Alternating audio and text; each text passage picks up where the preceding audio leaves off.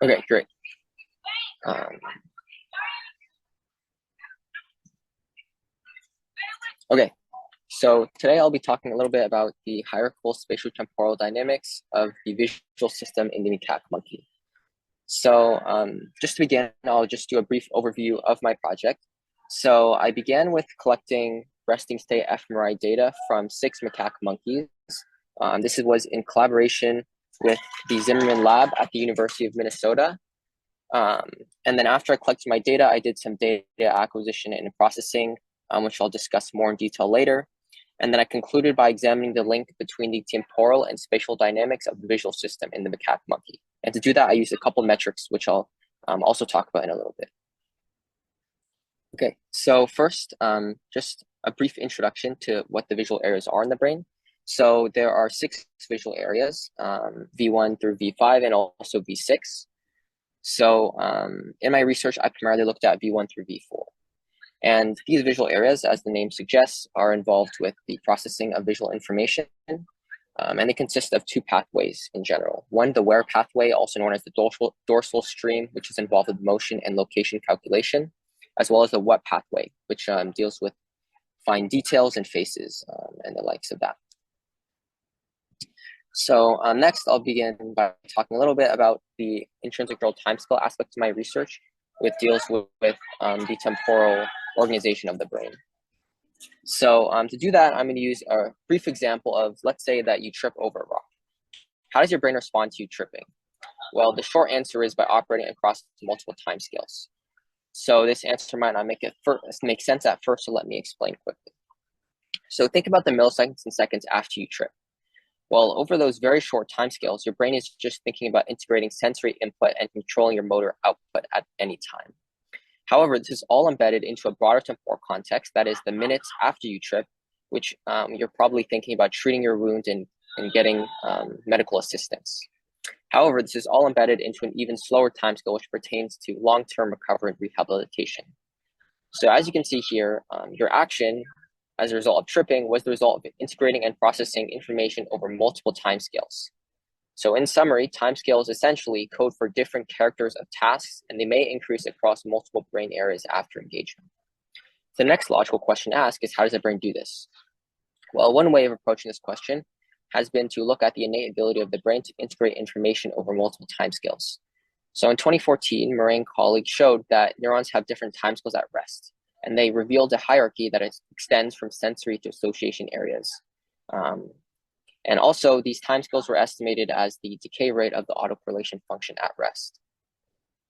So Murray and colleagues essentially concluded, and this has been verified by more recent research as well, that unimodal areas that deal with sensory input have fast timescales, and association areas that are involved with abstract processes, like planning, have overall slower timescales. Okay, great. So that's the temporal hierarchy of the brain. Well, it turns out there's also a spatial organization of the brain.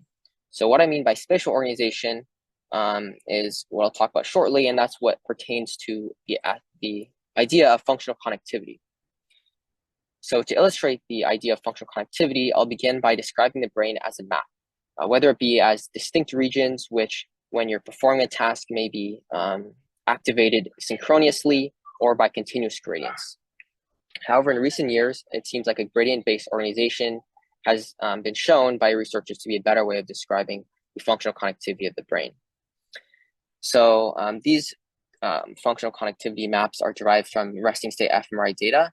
And by resting state, I just mean when the brain is not engaged in any tasks. So in my research, I engaged in only resting state fMRI data. And it turns out, and it has been shown, that the same networks that are present while you're performing tasks are also present while your brain is at rest. Okay, so back to gradients of functional connectivity. Interestingly, in recent years, there's been this really cool thing that's emerged in the field of neuroimaging called functional connectivity gradients.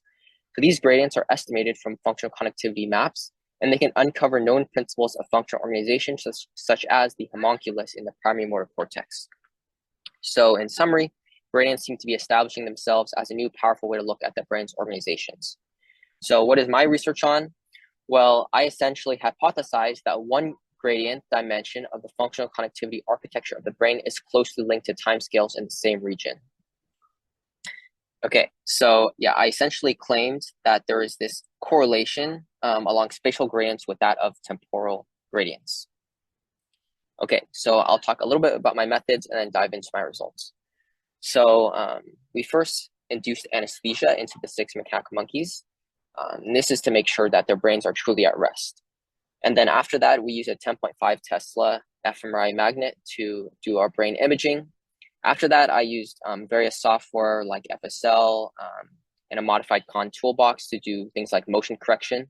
So if the macaque monkeys were moving a little in the scanner, we have to essentially normalize the brain image we get and put it into a template. So I use the NMT template for all my research. Yeah, and then I also did some spatial smoothing for those data. Okay, so let's get into my results now. So I essentially established a correlation between functional connectivity and intrinsic neural timescales via the Pearson's correlation coefficient in visual areas 1 through 4. So I also saw that the correlations between these two ways to organize the brain also reflected the functional organization of each area. For example, I observed an anterior-posterior axis of organization in V1, which reflects the distinction between foveal and peripheral processing. Similarly, in V2 and V3, I observed a ventrodorsal and medial to lateral organization. So to see that, you can look at, in this diagram, figures C and D. And in both of these, they illustrated the common pathways that we've also established in literature. So for example, in V3, I saw the well-known ventral to dorsal axis, i.e. the what and where and how pathways. So yeah, and then also I also did scans for individual monkeys. So I saw that overall the Pearson's correlation coefficient for the individual monkey fMRI scans were overall lower than that of the group level, just because in individual monkeys you have a lower signal to noise ratio. And as a result, after normalizing across all 6 monkeys, this greatly improves the Pearson's correlation coefficient. I eventually got around 0.5 or 0.4, which is significant considering the millions of voxels there are in the brain. Okay, great.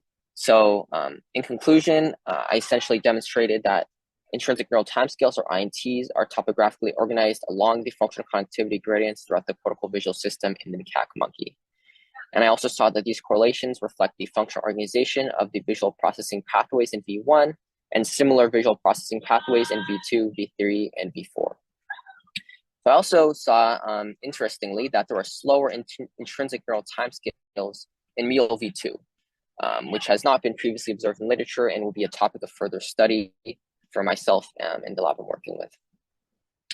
And I also demonstrated a significant voxel-wise correlation between intrinsic neural timescales and FC gradients across different levels of parcellation, which hasn't been tested before in literature in the visual system.